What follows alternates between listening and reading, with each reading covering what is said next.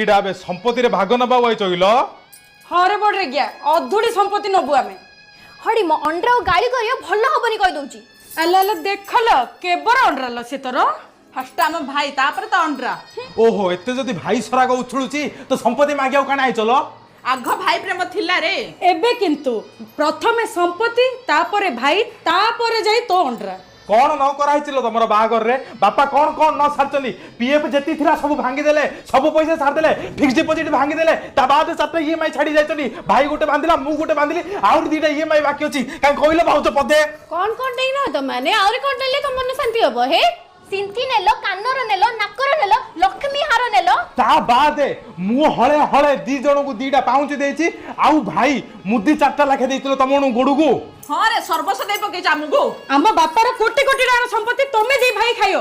ସମୁଦ୍ରକୁ ଶଙ୍ଖେ ପାଣି ଦେଇକି ତାର ଗଛ ବାଳ ଫିଙ୍ଗିଲା କଥାବାର୍ତ୍ତା କରୁଛ ଏଇରେ।